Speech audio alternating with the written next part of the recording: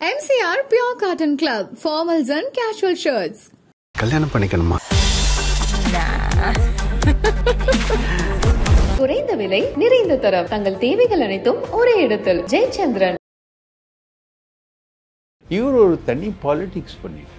இவருடைய பொலிட்டிக்கல் இன்டர்ஃபேரன்ஸ்னால எங்களால் அரசியலே பண்ண முடியலன்னு தமிழ்நாடு பிஜேபி அமித்ஷாட்டே சொல்லி இவருடைய டேர்ம் முடிஞ்சு போச்சு, இவரை மாற்றுங்க அப்படின்றது தான் இருக்கக்கூடிய பெரிய டிமாண்ட்.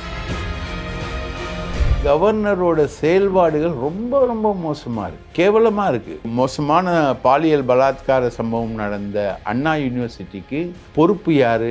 கவர்னர். ஸோ உங்களுக்கு அங்கே உங்களுக்கு வேலைகள் அதிகம். அந்த வேலைகளை நீங்கள் ஒழுங்காக பார்த்துருந்தாலே அண்ணா பல்கலைக்கழகத்தில் ஒரு மாணவி இந்த அளவுக்கு மோசமாக பாலியல் துன்புறுத்தலுக்கு உள்ளாகி இருக்க மாட்டார். ஆனால் அதுக்கு நீங்கள் கவர்னரை குறை சொல்கிறீங்க. ஆனால் அங்கே அதுக்கு ஒரு அமைச்சர் இருக்கார், அவர் அதுக்கு இணை வேந்தராக இருக்கார், அவரும் தானே அதுக்கு பொறுப்பேற்றுக்கிறோம்.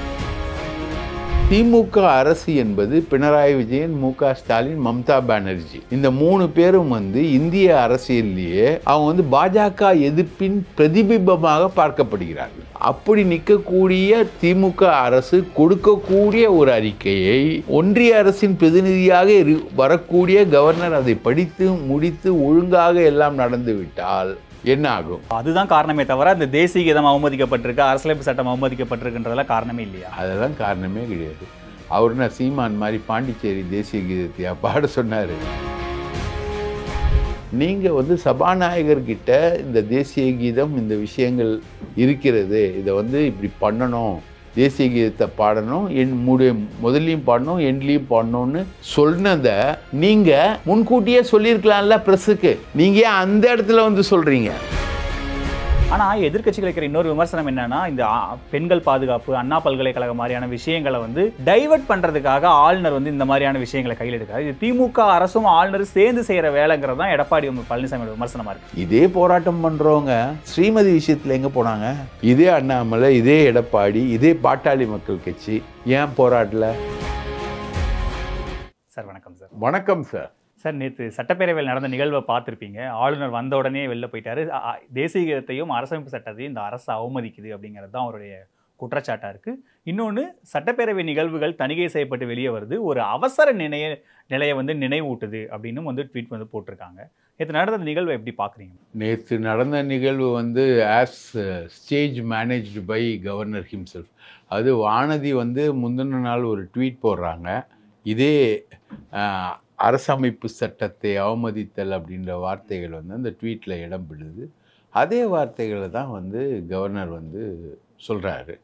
தேசிய கீதம் பாடாமல் போனால் அரசமைப்பு சட்டம் அவமதிக்கப்படுது அப்படின்ற வார்த்தையை அவர் சொல்கிறாரு.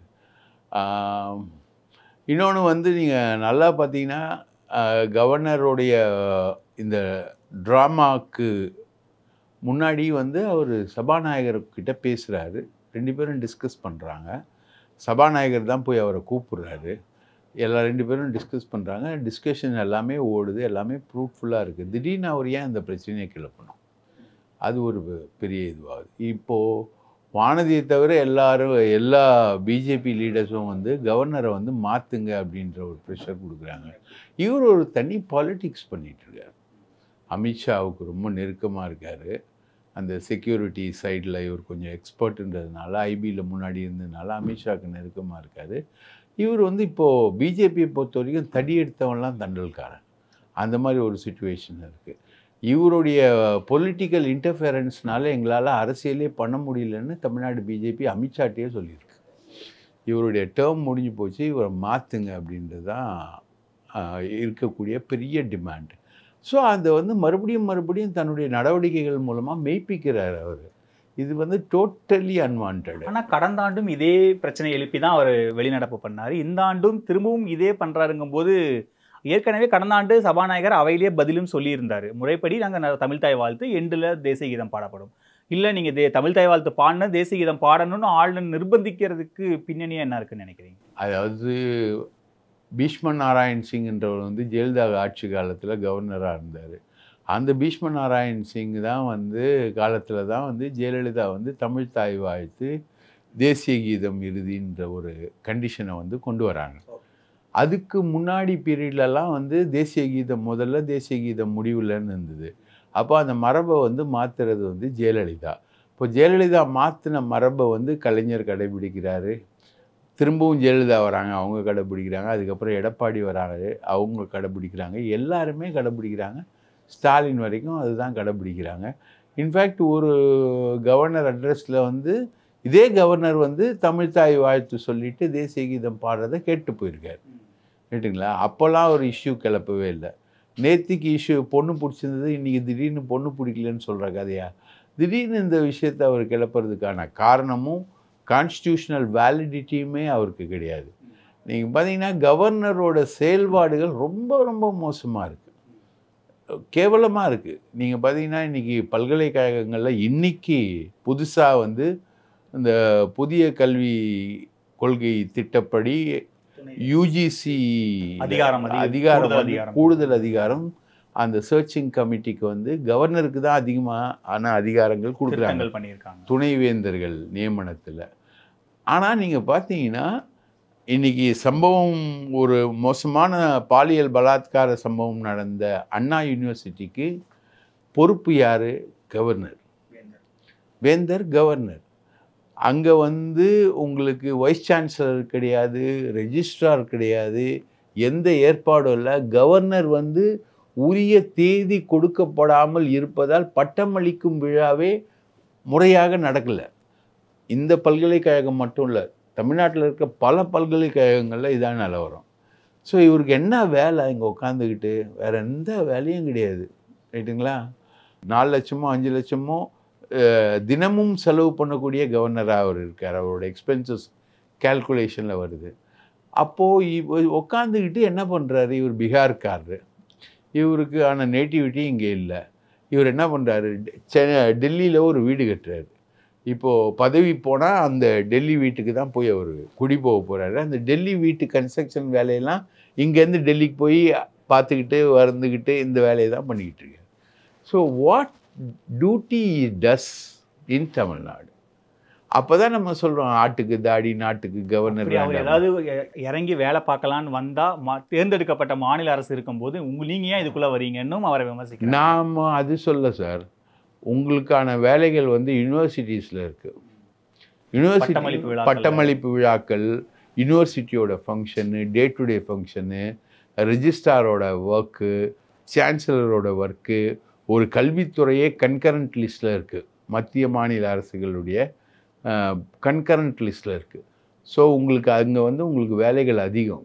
அந்த வேலைகளை நீங்கள் ஒழுங்காக பார்த்துருந்தாலே அண்ணா பல்கலைக்கழகத்தில் ஒரு மாணவி வந்து இந்த அளவுக்கு மோசமாக பாலியல் துன்புறுத்தலுக்கு உள்ளாகி இருக்க மாட்டார். ஆனால் அதுக்கு நீங்கள் கவர்னரை குறை சொல்கிறீங்க. ஆனால் வந்து அங்கே அதுக்கு ஒரு அமைச்சர் இருக்கார், அவர் வந்து அதுக்கு இணைவேந்தராக இருக்கார், அவரும் தானே அதுக்கு பொறுப்பேற்றுக்கணும். எல்லா பழியும் நம்ம கவர்னர் மேலேயும் தூக்கி போட முடியாதுல்ல. எல்லா பழியும் வந்து கவர்னர் மேலே தூக்கி போடல சார். கவர்னர் கேரிஸ் த பேரலல் ரெஸ்பான்சிபிலிட்டி. இப்போ உயர்கல்வித்துறை அமைச்சராக அவர் இருக்காருன்னா வெறும் பல்கலைக்கழகங்கள் மட்டும் இல்லை, அவருக்கு பல வேலைகள் இருக்குது. ரைட்டா? அவர் ஒரு மாவட்டத்துக்கு அமைச்சரும் வேறு. ரைட்டா? அவருடைய வேலைகள் என்பது பல்வேறு விதமாக இருக்குது, பல ரெஸ்பான்சிபிலிட்டி இருக்குது. அமைச்சரவை என்பது ஒரு கலெக்டிவ் ரெஸ்பான்சிபிலிட்டி. அப்படின்ற அடிப்படையில் ஒரு அமைச்சருக்கு அந்த அமைச்சரவை செய்ய வேண்டிய வேலைகளும் வரும். இப்போ பொங்கல் இனாம் கொடுக்குறாங்கன்னா கரும்பு பர்ச்சேஸ் பண்ணுறதுலேருந்து அதை டிஸ்ட்ரிபியூட் பண்ணுற வரைக்கும் அந்த மாவட்டத்துக்கு அந்த அமைச்சர் தான் பொறுப்பு. ரைட்டுங்களா? அந்த மாதிரி நிறைய வேலைகள் அவருக்கு இருக்குது. அவரோட வேலைகளை நம்ம குறை சொல்லலை. அவருக்கும் வேலை இருக்குது, கவர்னருக்கும் வேலை இருக்குது, நம்ம இல்லைன்னு சொல்ல. ஆனால் அதிகபட்சமாக வந்து இந்த கல்லூரிகளை வந்து இவர் மெயின்டைன் பண்ணல அப்படின்றதுனால பட்டமளிப்பு விழாக்களே தாமதமாகி போகிறது என்கிற அவலம் நடக்கும் பொழுது அது கேள்விக்குள்ளாகுமா இல்லையா? அதுதான் கேள்வி. இப்போது இந்த நேற்று நடந்த விவகாரங்களில் அந்த உரையை படிக்கிறதுல அவருக்கு என்ன சிக்கல்? அவர் இந்த தேசிய கீதம் தொடர்பாகவும் ஏற்கனவே விளக்கம் கொடுத்தும் இது சர்ச்சை தான், ஏற்கனவே நம்ம இதுக்கான விளக்கம் கொடுக்கப்பட்டும் அவர் அந்த உரையை படிக்கிறதுல தான் இவருக்கு வந்து சிக்கல் இருக்குது அப்படிங்கிறது தான் அரசு தரப்பில் வைக்கிற விமர்சனமாக இருக்குது. உண்மையிலே அந்த உரையை படிக்கிறதுல அவருக்கு என்ன சிக்கல்? ஏற்கனவே பெரியார், அண்ணா, காமராஜர்லாம் வந்து கவர்னர் உரையில் எழுதி அவர் படிக்கும்போது அதை தவறிட்டார், ஸ்கிப் பண்ணார். ஏற்கனவே இது நடந்தது. அதே மாதிரி மாநில அரசு தயாரித்து கொடுக்கக்கூடிய உரையில் சட்டம் ஒழுங்குன்னு ஒரு சப்ஜெக்ட் வருதுன்னு வைங்களேன், அந்த சட்டம் ஒழுங்கை வந்து சரியில்லைன்னு பிஜேபி விமர்சிச்சுட்டு இருக்கு. அப்போது பிஜேபியுடைய கவர்னர் வந்து தமிழக அரசின் சட்டம் ஒழுங்கு மிகவும் சரியாக இருக்கிறது அப்படின்னு அவையில் அந்த உரையை படித்தார்னா அது பொலிட்டிக்கலாக பிஜேபிக்கு அண்டர்ஸ்கோர் ஆகிடும் இல்லையா. கவர்னர் தன்னுடைய உரையில் தமிழகத்தில் சட்டம் ஒழுங்கு சிறப்பாக இருந்தது என்று கூறினார் அப்படின்னு திமுக வந்து அதை எடுத்து மேடையில் பேசும் இல்லையா. அப்போது அது யாருக்கு செட்பேக்காக வரும்? இருந்தாலும் இது அரசு தயாரித்து கொடுக்குற உரைங்கிறதா மக்களுக்கே தெரியுமே. நம்ம கவர்னரை அரசியல் ரீதியாக பிஜேபியோட அசோசியேட் பண்ணாலும் கவர்னருங்கிற பொது மனிதர் அரசு கொடுக்குறத படிச்சுட்டு போக வேண்டியதானே. அதில் என்ன சிக்கல் அவருக்கு? அதில் சிக்கல் இல்லை. எல்லா கவர்னரும் அப்படி தான் படிக்கணும், அப்படி தான் படிச்சிருக்காங்க. ரைட்டா? ஜெயலலிதாவோட மிக மோசமாக மோதிய சென்னாரெட்டியும் அது மாதிரி தான் படிச்சுட்டு தான் போயிருக்காரு. அஜித் தோவல் அப்படின்ற ஒரு செக்யூரிட்டி அட்வைசருடைய ஃப்ரெண்டு இவர். அடுத்து வந்து இவர் செக்யூரிட்டி அட்வைசராக போகக்கூடிய லெவலில் இருக்கக்கூடிய ஒருத்தர். அதுக்கான ஆஸ்பிரேஷனோட அந்த பதவிக்காக காத்திருக்கக்கூடிய ஆளில் ஒருத்தர் இவர். இப்போ கவர்னர் பதவியிலேருந்து தூக்கிட்டா அவர் வந்து நேஷ்னல் செக்யூரிட்டி அட்வைசர் அஜித் தோவலுக்கு அசிஸ்டண்ட்டாக தான் போவார். ஓகே, அதுதான் அவர் எதிர்பார்க்கக்கூடிய பதவி. அப்படி இருக்கக்கூடிய ஒருத்தர் பாஜகவுடைய பொலிட்டிக்கல் மைலேஜை காயப்படுத்துகிற மாதிரி ஒரு விஷயத்தில் நடந்துப்பாரா? அது திமுக அரசை வந்து நீங்கள் கடுமையாக எதிர்க்கணும். திமுக வந்து பாஜகவை மிக கடுமையாக எதிர்க்குது. இப்போது நடந்து முடிஞ்ச சிபிஎம் மாநாட்டில் கூட பிரகாஷ் காரத் பேசும்பொழுது அவர் சொன்ன விஷயம் என்னென்னா, அறிவிக்கப்படாத எமர்ஜென்சி கிடையாது, அரை எமர்ஜென்சி கிடையாது, முழு எமர்ஜென்சி உத்தரப்பிரதேசத்தில் இருக்குது. அங்கே ஒரு போராட்டம் நீங்கள் பண்ண முடியாது. ரைட்டுங்களா? ஒரு ஆர்ப்பாட்டம் பண்ண முடியாது, எதையுமே நீங்கள் பண்ண முடியாது. உடனடியாக அவங்க மேலே வந்து போலீஸ் பாயும். ரைட்டுங்களா? அதே மாதிரி விவசாயிகள் வந்து ஹரியானா எல்லையை தாண்ட முடியாது. தாண்டுனா டெல்லியில் தடுக்கப்படுவாங்க. அவங்க மேலே வந்து தண்ணி பீச்சி அடிப்பாங்க, கண்ணீர் புகை குண்டுகள் வந்து பாயும். அவங்களால போக முடியாது. டிராக்டர் பேரணி நடத்தணும்னா முள்ளை போட்டு வச்சுருப்பாங்க. இது வந்து அறிவிக்கப்படாத எமர்ஜென்சி அங்கே இருக்குது. ஆனால் தமிழகம் வந்து பாஜகவுடைய பொருளாதார கொள்கைகளை எதிர்ப்பதில் மிக சிறப்பாக செயல்படுகிறது திமுக அரசுன்னு பிரகாஷ் காரட் வந்து சிபிஎம் மாநாட்டில் பேசுகிறார். அஃப்கோர்ஸ் கே பாலகிருஷ்ணன் வந்து அதை எதிர்த்து எமர்ஜென்சி இருக்கு ஆனா சூழ்நிலை தமிழ்நாட்டில் நிலவுதுன்னு அவர் பேசினார். அது பிரகாஷ் காரட்டுக்கு நேர் ஆப்போசிட்டா அவர் பேசினார். முரசொலியும் கடுமையாக கண்டனம் தெரிவிச்சு. அது வேற, அது சைட் லைட். ஆனா இப்போ திமுக அரசு என்பது பினராயி விஜயன், மு.க. ஸ்டாலின், மம்தா பானர்ஜி, இந்த 3 பேரும் வந்து இந்திய அரசியல்லையே அவங்க வந்து பாஜக எதிர்ப்பின் பிரதிபிம்பமாக பார்க்கப்படுகிறார்கள். பாசிச எதிர்ப்புன்றது தான் அவங்களுடைய விஷயம். பாசிசத்துக்கு எதிரானவர்களாக நிற்கிறாங்க.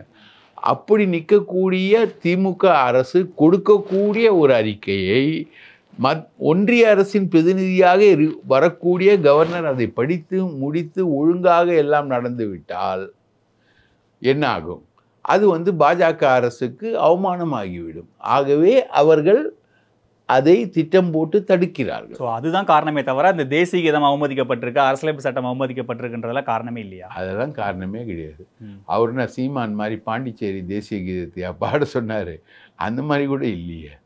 அது மாதிரிலாம் ஒன்றும் இல்லை. அந்த மாதிரி அவமதிப்பு, தமிழ்த்தாய் அவமதிப்பு என்பதே நடக்கலை. இப்போ டிஸ்கவரி புக் பேலஸில் நடந்தது வந்து தமிழ்த்தாய் அவமதிப்பு. தமிழ்நாட்டில் தமிழக அரசோட ஃபண்டில் பப்பாசின்ற அமைப்பு வந்து ஒரு புக் ஃபேரை நடத்தும்பொழுது அந்த புக் ஃபேரில் பாண்டிச்சேரி அரசோட தமிழ்த்தாய் வாழ்த்து பாடுவது என்பது தமிழகத்தின் தமிழ்த்தாய் வாழ்த்தான நீராறும் கடலொடுத்த என்ற மனோன்மணியம் சுந்தரனார் அவருடைய பாடலை அவமதிப்பது. அந்த மாதிரிலாம் இல்லை. சரி, இப்போது அது தமிழ்த்தாய் வாழ்த்துக்கு அடுத்து தேசிய கீதம் பாடிட்டு அதுக்கப்புறம் ஆளுநர் உரையை படிக்கும்போது அவர் அதில் ஸ்கிப் பண்ணுறாரு, தவிர்க்கிறாருன்னா அது அவருடைய நோக்கம் வந்து அம்பலப்படும்ல. அந்த மாதிரி அரசு கையாளாமல் ஏன் இல்லை ஆளுநர் சொல்கிறது இல்லை நாங்கள் எண்டில் தான் பாடுவோம், இது மரபுன்னு ஏன் இது பண்ணும்? இது விதி கிடையாது இல்லை, மரபு தானே. முன்னாடி வச்சு பாடினா என்ன தப்பு சார்? மரபும் விதியும் வந்து ஒன்றோட ஒன்று தொடர்புடையது சார். நீங்கள் வந்து இன்றைக்கி வந்து தமிழ்த்தாய் வாழ்த்தை அவமதிக்கிற சீமான் மாதிரி ஆட்கள்லாம் தேசிய கீதத்தை அவமதிக்க முடியாது. இம்மீடியட்டாக தேசிய சட்டங்கள் அதுக்கு இருக்குது. அது உடனடியாக பாஞ்சிடும். ஸோ மரபு தான் ரூல் தான் மரபு. ரைட்டுங்களா? இப்போது நீங்கள் வந்து தேசிய கீதத்தை முதல்ல பாடணும் அப்படின்ற ஒரு டிமாண்டை நீங்கள் வைக்கிறீங்கன்னா நீங்கள் சபாநாயகரை சந்திக்கும் போதே அந்த டிமாண்டை வச்சுருக்கணும். ஏன் நான் வந்து உரையாற்ற வருவேன், உரையாற்ற வந்தவுடன் நீங்கள் வந்து தமிழ் தாய் வாழ்த்து பாடுறீங்களோ இல்லையோ தேசிய கீதம் வந்து முதல்ல பாடணும், பாடிட்டு அதுக்கப்புறம் வந்து எண்டில் தேசிய கீதத்தை நீங்கள் பாடணும். ஆனால் சட்டப்பேரவையில் ஆளுநர் சொல்லியிருக்காரு, ஏன்னா முதலமைச்சர்கிட்டையும் சபாநாயகர்கிட்டையும் வந்து சொன்னேன், ஆனால் அவங்க அதை வந்து கன்சிடர் பண்ணலை அப்படின்னு தானே அவர் அறிக்கையில். அவர் சொன்னதே வந்து எங்கே சொல்கிறாரு, மைக்கில் சொல்கிறாரு தேசிய கீதம் பாடணும், தேசிய கீதம் பாடணுன்றத சட்டமன்ற பேரவைக்கு வந்த பிறகு சொல்கிறார். இது ஒரு ஆஃப்டர் தாட். சரி, அப்படி ஒரு விஷயம் இருந்ததுன்னா, அப்படி ஒரு விஷயத்தை இவர் வந்து முன்கூட்டியே சொல்லியிருந்தார்னா இவருக்கு இல்லாத ப்ரெஸ் கம்யூனிகேஷனா? இவர் வந்து இந்த மாதிரி பிரச்சனை பண்ண போகிறாரு அப்படின்றது வந்து முந்தின நாள் இரவே பத்திரிகையாளர்களை ரகசியமாக ஃபோனில் கூப்பிட்டு சொல்லுது கவர்னர் மாளிகை. கவர்னர் மாளிகையில் இருக்கக்கூடிய பிஆர்ஓ வந்து சொல்கிறாரு, எல்லாருக்கும் அது ரீச் ஆகுது, நாளைக்கு ஏதோ ஒரு சம்பவம் நடக்க போகுதுன்றது தயாராக இருக்காங்க பத்திரிகையாளர்கள். அப்போது நீங்கள் வந்து சபாநாயகர்கிட்ட இந்த தேசிய கீதம் இந்த விஷயங்கள் இருக்கிறது, இதை வந்து இப்படி பண்ணணும், தேசிய கீதத்தை பாடணும், முதல்லையும் பாடணும் எண்ட்லேயும் பாடணும்னு சொன்னதை நீங்கள் முன்கூட்டியே சொல்லியிருக்கலாம்ல ப்ரெஸ்ஸுக்கு. நீங்கள் ஏன் அந்த இடத்துல வந்து சொல்கிறீங்க? அந்த இடத்துல தானே ப்ரெஸ்ஸுக்கு தெரியும் இந்த மாதிரி கவர்னர் வந்து தேசிய கீதத்தை பாட சொன்னார், இவங்க மரபுன்னு மறுத்துட்டாங்க அப்படின்றது. எப்போ தெரியும்? சட்டமன்றம் கூடின ஒன்றா தானே தெரியும். உங்ககிட்ட தான் பிஆர் எக்ஸசைஸ்க்கு நிறைய ஆள் இருக்க. நீங்கள் சபாநாயகர்கிட்டையும் முதல்வர்கிட்டையும் முன்கூட்டியே நீங்கள் சொல்லியிருந்தீங்கன்னா, அதை நீங்கள் வெளியிட்டு இருந்தீங்கன்னா, நான் இது போல் சொல்லியிருக்கிறேன், தேசிய கீதத்துக்கு முக்கியத்துவம் கொடுக்க வேண்டும் என்று நான் சொல்லியிருக்கிறேன், கவர்னர் உரையில் தேசிய கீதத்துக்கு முக்கியத்துவம் கொடுக்கவில்லை என்றால் நான் அந்த விழாவில் மாநில அரசு சொல்வது போல அவர்களது அறிக்கையை படிக்க மாட்டேன். முக்கியத்துவம் கொடுக்கலன்னா தேசிய கீதம் அவமதிக்கப்பட்டால் நான் அந்த இடத்துல வந்து நான் ரியாக்ட் பண்ணுவேன் அப்படின்றத முன்கூட்டியே சொல்லாமல், முன்கூட்டியே நீங்கள் சொல்லிவிட்டு, ஆரிஃப் முகமது கான்லாம் முன்கூட்டியே பல விஷயங்கள் சொல்லுவார் கேரளாவில், அது மாதிரி முன்கூட்டியே சொல்லிவிட்டு அதை ஸ்டேட் கவர்மெண்ட் கடைப்பிடிக்கலன்னா நீங்கள் சொல்லலாம். அவர் சொல்கிறதே at the end of the மினிட்ல தானே. கடைசியில் கல்யாணத்தில் வந்து ஒரு முக்கியமான ஒரு குறையை கண்டுபிடிச்சி கல்யாணத்தை நிறுத்துவாங்கள்ல, அந்த மாதிரி தானே அவர் சொல்கிறாரு. அப்போது அதுக்கான விஷயங்கள் அப்போ தானே வரும், முன்கூட்டியே இல்லை. இப்போ இந்த விவகாரத்தில் வந்து ஆளுநர் சொல்கிற முக்கியமான ஸ்டேட்மெண்ட் வந்து அவசர நிலை மாதிரியான சுச்சுவேஷன் தமிழ்நாட்டில் இருக்குது, சட்டப்பேரவை நிகழ்வுகள் வந்து நிறைய தணிக்கை செய்யப்படுது, அந்த காட்சிகள் மக்கள்கிட்ட காட்டுறதுக்கு இந்த அரசுக்கு ஏதோ தயக்கம் இருக்குன்ற வார்த்தையை பயன்படுத்துகிறாரு. ஸோ இதை எப்படி பார்க்குறீங்க? அவசர நிலைன்ற அளவுன்னு ரொம்ப பெரிய வார்த்தை இல்லை அது. அதிமுக வந்து அண்ணா பல்கலைக்கழக விஷயத்தில் 85 இடங்களில் ஆர்ப்பாட்டம் நடத்திருக்கு ரைட்டா. நேற்று கூட அதிமுக மாணவர் அணி போயிட்டு அண்ணா பல்கலைக்கழகத்துக்கு முன்னாடி போயிட்டு முற்றுகை போராட்டம் நடத்தி கருப்பு பட்டையை வந்து மாணவர்களுக்கு கொடுக்கறதுக்கான போராட்டத்துக்கு முயற்சி பண்ணுறாங்க. போராட்டம் நடக்குது, அப்புறம் கைது செய்கிறாங்க. ஏன் அவசர நிலைனா நீங்கள் இப்படி கூட முடியுமா? இப்படிலாம் பேச முடியுமா? இல்லை, நிறைய போராட்டங்களுக்கு அனுமதியே மறுக்கப்படுது, அனுமதியே கொடுக்கல. இன்னைக்கு திமுக கவர்னரை கண்டித்து ஒரு போராட்டம் நடத்துகிறாங்க, அதுக்கு அனுமதி கிடைக்குது. எதிர்க்கட்சிகள் ஒரு அனுமதி கேட்டால் கொடுக்க மாட்டாங்க. இது என்ன நீதி, இது என்ன நியாயம்னு அண்ணாமலை இன்னைக்கு கூட இதுதான் எமர்ஜென்சின்னு சொல்கிறோம், இது என்ன நியாயம் கேட்குறாரு. சார், எமர்ஜென்சின்றது வந்து வெறும் ஒரு போராட்டத்துக்கு அனுமதி கொடுக்கறது, அனுமதி கொடுக்காதது, அதை வச்சுலாம் யாரும் எமர்ஜென்சி இல்லை சார். எமர்ஜென்சினா கருத்துரிமைக்கு தடை, முழுக்க பாராளுமன்றம் சட்டமன்ற ஜனநாயகம் செயல்படுவதற்கு தடை, பத்திரிகைகளுக்கு தணிக்கை, பத்திரிகைகள் எழுதப்படுவதற்கு தணிக்கை, கருத்து சுதந்திரம் பறிக்கப்படுவது, கருத்து சுதந்திரம் மறுக்கப்படுவது, எல்லாமே வந்து எமர்ஜென்சிக்கான விஷயங்கள். இவ்வளோ விஷயம் இருக்குது எமர்ஜென்சியில். இன்னும் மிஸ்ஸான ஒரு ஆழ்தூக்கு சட்டம், அதில் கைது பண்ணிட்டா வந்து நீங்கள் சிறைக்கு போனீங்கன்னா பொட்டா மாதிரி தடா மாதிரி நீங்கள் வெளியே வரவே முடியாது, சிறைக்குள்ளேயே உங்களுக்கு வந்து தனி கொடுமைகள் நடக்கும். இதெல்லாம் தான் எமர்ஜென்சி. இதெல்லாம் எங்கே இருக்குது? உங்களுக்கு போராட்டங்களை வந்து சில வடிவங்களில் நீங்கள் வந்து கொண்டு போவதற்கு தடை விதிக்கிறாங்க. இப்போ நீங்கள் அண்ணா பல்கலைக்கழக பெண் விஷயத்திலேயே உயர்நீதிமன்ற நீதிபதி வேல்முருகன் என்ன சொல்கிறாரு, அந்த பொண்ணு விஷயத்தை விசாரிக்கிறாங்க, தனி டீம் எஸ்ஐடி போட்டாங்க. அவங்க போட்டு விசாரிச்சுக்கிட்டு இருக்காங்க. அதுக்கான நியாயங்களை வந்து அவங்க கண்டுபிடிப்பாங்க. அதில் ஏதாவது உங்களுக்கு சந்தேகம் இருந்தால் நீங்கள் மறுபடியும் கோர்ட்டுக்கு வரலாம். கோர்ட்டில் நீங்கள் அந்த பிரச்சனைகளை எழுப்பலாம். கோர்ட்டே நியமிச்சது. கோர்ட்டு சிபிஐக்கு அனுப்பல அந்த கேஸை, கோர்ட் எஸ்ஐடிக்கு தான் அனுப்புது. எஸ்ஐடிக்கு அனுப்பப்பட்ட அந்த கேஸுக்கு நீங்கள் மறுபடியும் போராட்டம் என்ற பேரில் நீங்கள் விளம்பரம் தேட முயல்கிறீர்கள். பாமகவுடைய போராட்டத்தை வேல்முருகன் வந்து அப்படிதான் டிஸ்கிரைப் பண்ணாரு. மாநில அரசு கிடையாது. கட்சிகள் இந்த போராட்டத்தை இவ்வளவு வீரியமா எடுக்கல, மக்கள் கிட்ட கொண்டு போய் சேர்க்கல அப்படின்னா நீதிமன்றம் இந்த வழக்கை சூமோட்டோவா எடுத்திருக்குமா? எஸ்ஐடி அவங்க ஃபார்ம் பண்ண அனுமதி கொடுத்துருப்பாங்களா? அப்படிங்கிற பதில் விமர்சனமும் வைக்கப்படுது இல்லை. கரெக்ட். நீதிமன்றம் வந்து பாப்புலர் கன்சர்னை வச்சு தான் போறாங்க. இது வந்து நிர்பயா வந்து டெல்லியில கற்பழிக்கப்பட்ட பொழுது நடந்த சம்பவம் மாதிரி ஒரு சம்பவம் தான் அது. அதோட கிராவிட்டி வந்து அதிகம். ஞானசேகரன் வந்து ஒரு சாதாரண குற்றவாளி கிடையாது, மிக மோசமான ஒரு குற்றவாளி. அவன் வந்து தண்டிக்கப்படணும். அவனுக்கு வந்து மரண தண்டனை வரை சட்டப்படி வாங்கி கொடுக்கணும், ரைட்டா? அதெல்லாம் வந்து கரெக்ட். அந்த கன்சர்னில் தான் வந்து நீதிமன்றம் எடுக்குது. ஆனால் இந்த போராட்டங்களை நீதிமன்றம் அப்படி பார்க்கலையே. நீதிபதி வேல்முருகனுடைய வார்த்தைகள் வந்து நீங்கள் வந்து நீதிபதியாய் தீர்ப்பு சொல்ல முடியாதுல்ல. அது நீதிமன்றம் இல்லையா? நான் நீதிபதி ஆக முடியாதுல்ல. ஒரு ஹைகோர்ட் நீதிபதி சொல்கிறாரு. ஒரு ஹைகோர்ட்டோட 2 பேர் அடங்கிய பெஞ்சு தான் எஸ்ஐடியை ஃபார்ம் பண்ணுது. அவங்க சிபிஐக்கு அனுப்பலை, ரைட்டா? அவங்க எஸ்ஐடியை ஃபார்ம் பண்ணுறாங்க. அப்போது நீங்கள் போராட்டங்கள்ன்ற அடிப்படையில் நீங்கள் வந்து தமிழகத்தில் சட்டம் ஒழுங்கு சீர்குலைந்துள்ளது அப்படின்னு ஒரு பிம்பத்தை நீங்கள் உருவாக்க பார்க்குறீங்க. அந்த பிம்பம் மிக சரியான பிம்பம் அல்ல அப்படின்றது நீதிமன்றத்தோட கருத்து. அதனால்தான் நீதிமன்றம் சொல்லுது, நீங்கள் விளம்பரத்திற்காக போராட்டம் நடத்துகிறீர்கள், அரசியல் ஆசைக்காக போராட்டம் நடத்துகிறீர்கள் அப்படி. இதே போராட்டம் பண்ணுறவங்க ஸ்ரீமதி விஷயத்தில் எங்கே போனாங்க? ஸ்ரீமதின்ற பொண்ணு கொல்லப்பட்டது.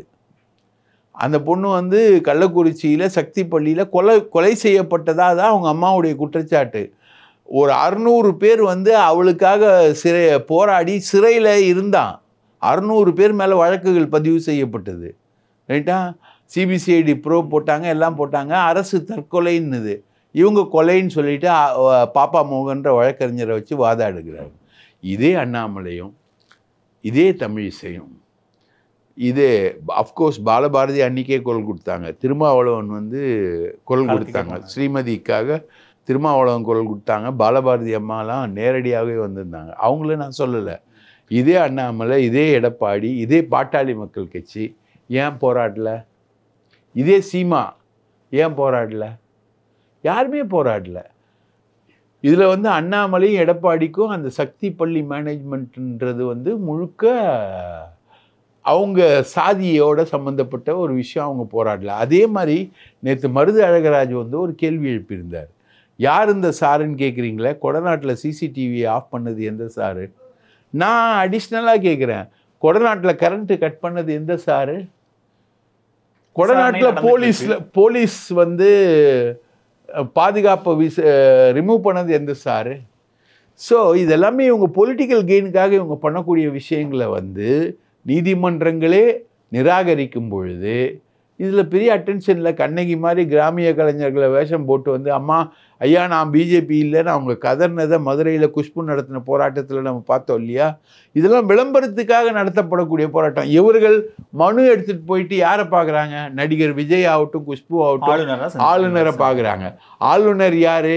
அந்த குற்றம் நடந்த இடத்துக்கு பொறுப்பானவர், ரைட்டுங்களா? ஒரு காவக்காரனை மிரட்டுறதுக்கு, ரைட்டா, அந்த குற்றம் நடந்த இடத்துல குற்றத்துக்கு தொடர்புடைய ஒருவர்கிட்ட மனு கொடுக்குறாங்க. இது எப்படி சரியா இருக்கும்? ஸோ இப்போ ஆளுநரும் வந்து அவருடைய இதுக்காக விளம்பரத்துக்காக தான் இந்த மாதிரியான சட்டப்பேரவை நிகழ்வுகள் இப்படி பண்ணுறாருன்ற விமர்சனம் தானா? ஆமாம், அப்படிதான் பண்ணிருக்கோம். அப்படிதான் பண்ணுறாரு. அவருடைய விளம்பரத்துக்கு நானும் இருக்கிறேன் மைலாட், நானும் ரவுடி தான் அப்படின்னு வடிவேலு சொல்கிற மாதிரி நான் இருக்கிறேன் மைலாட் அப்படின்னு காட்டுறதுக்கான ஆளுநர். Constitutional post.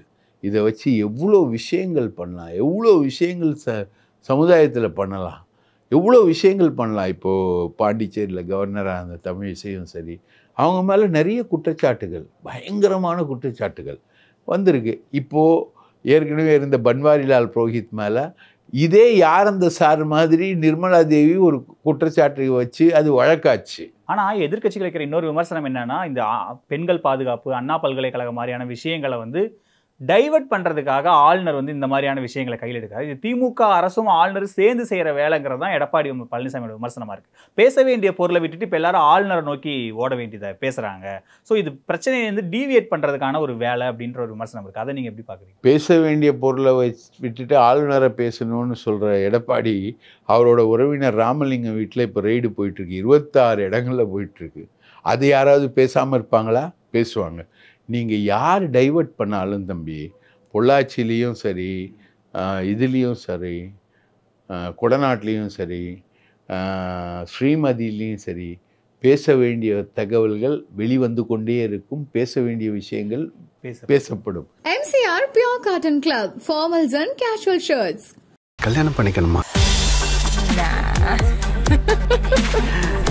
குறைந்த விலை, நிறைந்த தரம், தங்கள் தேவைகள் அனைத்தும் ஒரே இடத்தில். ஜெயச்சந்திரன்.